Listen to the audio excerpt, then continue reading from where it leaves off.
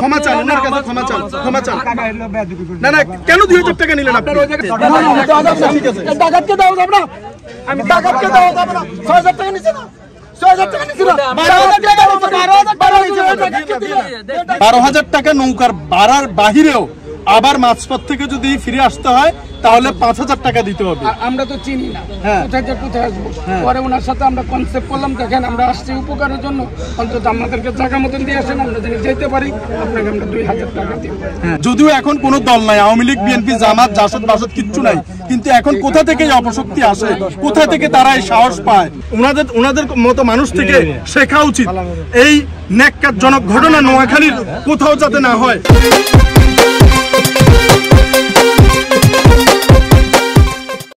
যদি কোনো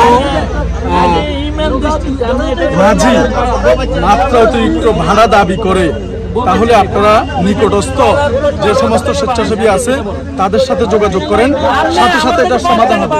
দেখেন এখানে যেমন এই যে এই ভাইরা আসছে, এখানে আপনাদের কেন ভিডিওটা দেখাচ্ছি, উনি একটু সমস্যায় পড়ছে এবং এখানে একটা সমস্যা হয়েছে। এই সমস্যাটা আমাদের এখানের স্থানীয় যে সমস্ত স্বেচ্ছাসেবী হিসেবে নিজেদেরকে প্রতিষ্ঠিত করছে মানুষের মাঝে এবং সব কার্যক্রমে সহযোগিতা করছে, এই মানুষরাই কিন্তু এটা সমাধান করে দিচ্ছে।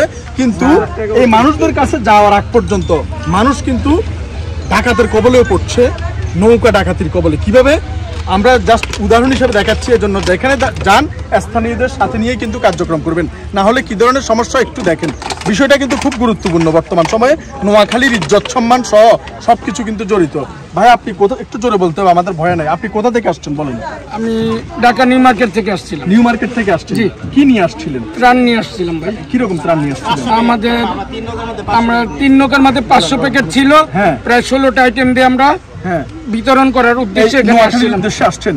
মানবিক কারণে এই মানুষের বিপর্যস্তটাকে অনুভব করে অন্তর কেঁদেছে, এই জন্য ওনাদের ফান্ডিং করে ওনারা এখানে যে ত্রাণ নিয়ে আসছে, 3 নৌকা বোঝান ত্রাণ এখানে নিয়ে আসছে 16 আইটেমের, এবং সেগুলো ডিস্ট্রিবিউশনের জন্য আপনারা 3টা নৌকা নিছেন। 3টা নৌকা আপনাদের ভাড়া কত নিছে? ওনারা 12,000 টাকা কন্ট্যাক্ট করছে আরেকজনের সাথে। 12,000 টাকা 3টা নৌকা।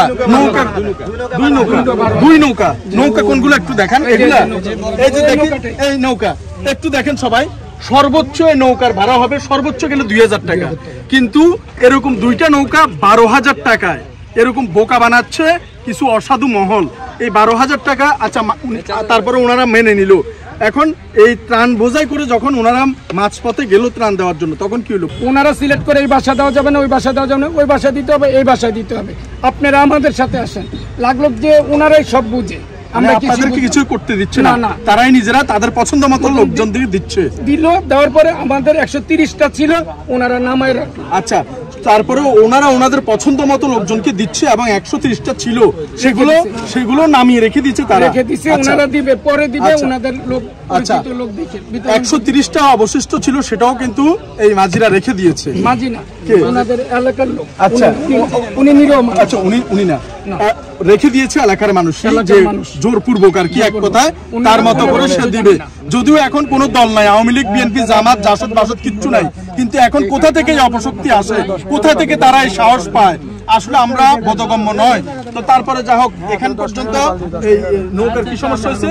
উনি মাঝখানে আসবে না, এখানে ওনাদের সাথে মাঝিরা নিতে আসবে না কেন? আমাদেরকে বলে নাইমা যান, যাইতে হইলে ভাড়া দিতে হবে 12,000 না 5,000 টাকা। 5,000 টাকা আমার আসার জন্য আলাদা।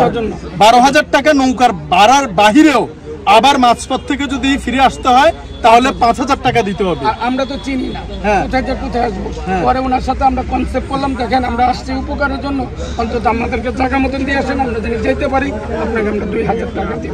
এই যে 2,000 টাকা ওনাকে আমি মাত্র পেমেন্ট, ওই ভাড়া ছাড়াও দিছে।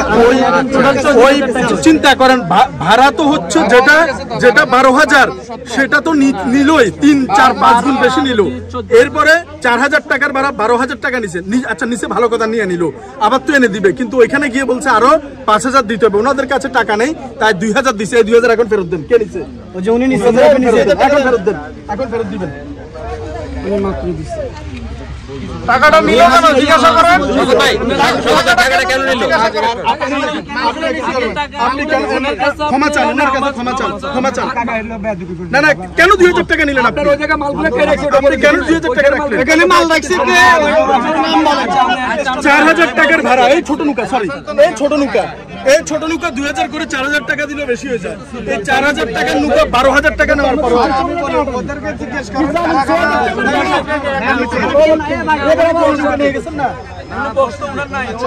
দেখেন মানুষের ভালোবাসাটা দেখেন।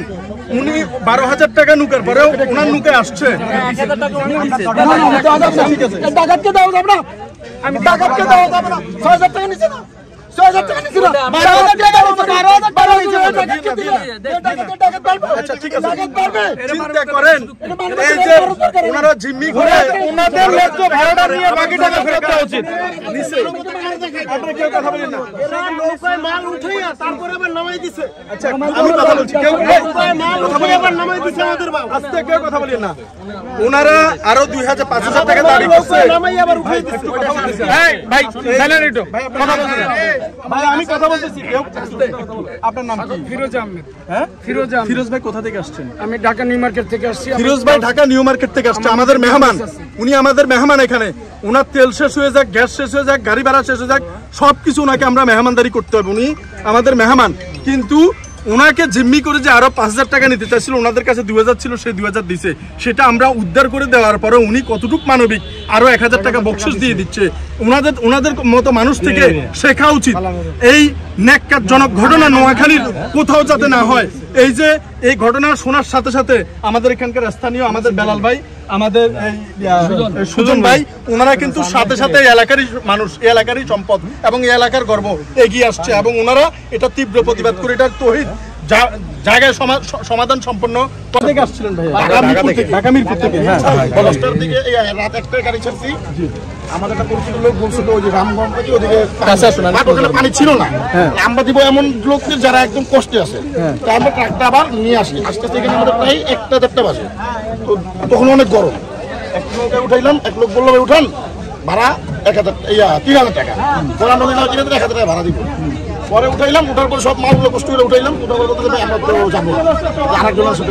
উনি আরেকজন এসে বলছেন যাবো না, সিন্ডিকেট তার কাছে চলে গেছে।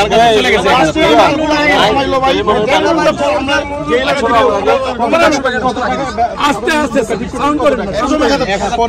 পরে ওনারা বলতেছে না ভাই আমরা অন্য জায়গায় মানে ওই 1000 টাকা ধরে নিয়ে ঠিক আছে, ওনারা দেয় না, মাল সব নামাই দিছে। এখানে 2 ঘন্টা যাবত দাঁড়ায় আমরা রোড টিভিতে বসেছি। পরে আমাদের কোনো লোক আসে নাই। ওনারা আমাদের নৌকা নিয়ে এসে পরে খাবার আমরা 2 ঘন্টা পরে আমরা এই লোকটা যাবে না। পরে জিজ্ঞেস করছি যে ভাই আমাদের বেচারা হচ্ছে না, আমরা নিয়ে যান, আমরা ভাড়া থেকে সম্মান দিই। ওনাকে করেন না, তাও জোর করে আমরা তাও জোর করে নিয়ে গেছে। ওনাদের কানের কি সমস্যা ছিল এটা একটু বলেন। জোর করে কান রেখে দিয়েছিলেন নাকি? না প্রাণ থেকে আমরা উঠানোর পরে ওদের মধ্যে যাবে, ওনারা রাস্তায় যাবে না। পরে আমাদের নামাই দিছে। একটা কষ্ট করে আসছে জোর থেকে ওনাদের হেল্প করেছে আমাদের। এই যে ভাই আপনি করে আমরা কইছিলাম না কি করে দেন না। না ভাই এটা কোনো কেউ আসবে না। এটা খরচ করে ভাই আপনি না কইছিলাম ভাই ভিতরে দেন না, সবাই কষ্ট করে লোক কথা বিশ্বাস করেন না। ওনাদের জন্য আসি কিছু করার জন্য আমরা এই কথা মনে করি না। সব এখনো সময় আছে। সিলেটে এরকম কিছু কুলাঙ্গার ছিল, নোয়াখালী তো অতি উৎসাহী কিংবা অতি মুনাফালোভী কিছু কুলাঙ্গার আছে, তাদেরকে প্রতিহত করতে হবে। প্রত্যেকটা ঘাটে টাঙিয়ে দিতে হবে ভাড়া, ঘন্টা 200 টাকা লাভ। হ্যাঁ, এটা করতে হবে। এবং এই যে মানুষগুলো মিরপুর 2 নম্বর থেকে আসছে এবং 6 নম্বর থেকে আসছে, বিভিন্ন জায়গা থেকে আসছে, আমাদের জন্য আসছে। কিন্তু এরকম